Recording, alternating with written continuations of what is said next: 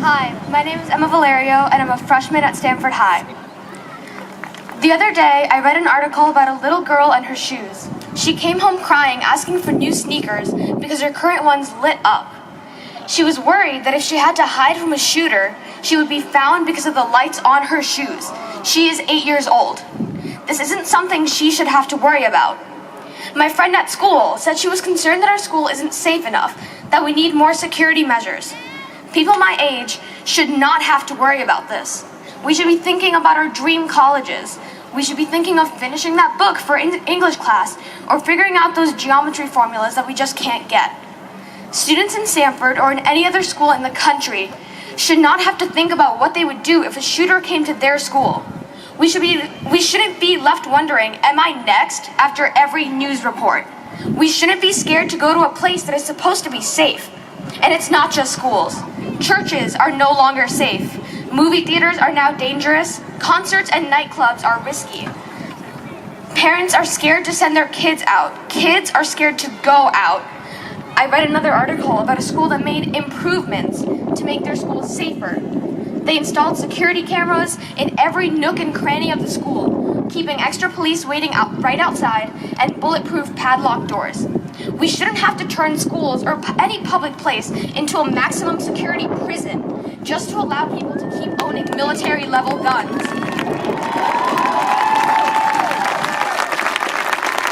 We shouldn't need to change our communities because people can't stand not owning weapons. That isn't an America I want to live in. That isn't what America should become. This is why we need gun control, so kids can feel safe at school, so people can feel safe in their communities, so we can stop wondering, am I next, and start fighting for those who can no longer fight. And now I'd like to introduce Riley Morris.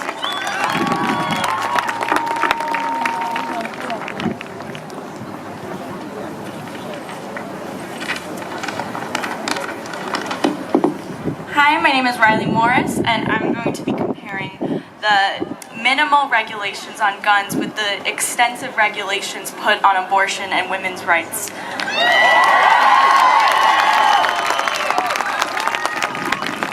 Abortions. You need parental consent to get one. A written note from a doctor that says you know what you're doing to yourself. You're forced to watch videos about what happens during the procedure. You have to wait 3 days before actually setting an appointment, so you're absolutely sure you want it. There's 1,800 abortion clinics in the United States. These clinics can be as much as an 8-hour drive away in states with strict abortion laws, and you have to have 2 appointments before the actual termination. There are 3,500 crisis pregnancy centers, places built to convince people not to abort. There's almost double the amount of anti-abortion clinics than actual abortion clinics. Abortions can cost up to $1,000 and are not covered by insurance unless it's deemed a necessary action. But aren't all abortions necessary if the woman decides to get one?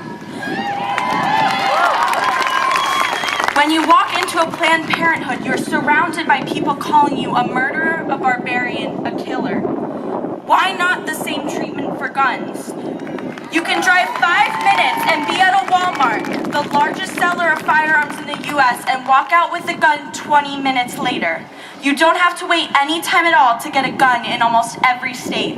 One of the cheapest guns you can buy is the Cobra Arms Freedom 380 pistol at $127. There's instant gratification when you purchase a firearm. Where's the 3-day waiting period? To make sure you know what you're doing. Where's your doctor's note to make sure you're emotionally stable enough to own a gun? Where are those protesters standing outside the gun store calling you a danger to society? Where are the crisis firearm centers, the buildings built specifically to protest guns? Almost 900 new bills have been passed restricting abortion rights in the past 20 years. Congress blocked laws proposed by President Obama about gun control after mass shootings like Sandy Hook. There have been 1,624 plus mass shootings since Newtown, and yet there is no change. If Congress wants to regulate so heavily something as fundamental as a woman's choice with her own uterus, then why can't they better regulate something that possesses and extremely often showcases its power to kill? Thank you. And I'd like to introduce Sydney Rubin and Samantha Heller.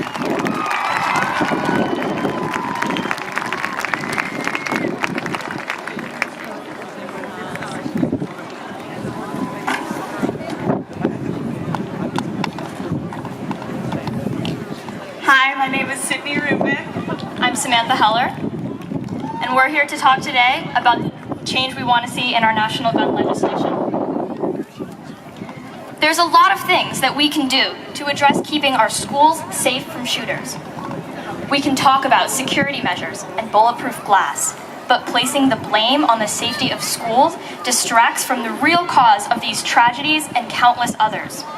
Students are not being massacred in schools because they don't have tinted windows and metal detectors. These tragedies keep happening because of a proliferation of guns in America.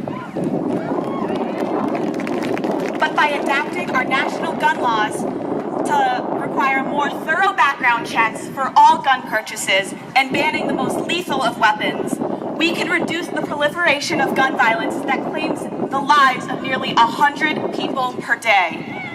We can create a future in which the United States no longer has a rate of gun homicide that is 25 times higher than the other nations with common sense gun laws. Therefore, our argument is twofold. First, we should all be able to agree that there are certain people who should not have access to guns. People with unstable mental conditions or a history of criminal or violent acts. But right now, there are many places in our nation where it is easier to buy a semi-automatic rifle than a lottery ticket. Between gun shows and online purchases, weapons of horrific capabilities can be purchased by basically anyone with no restrictions.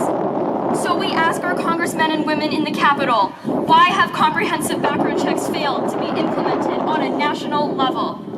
Without requiring a secure and extensive process for every gun purchase, we make it easier for our citizens to have access to extremely dangerous weapons.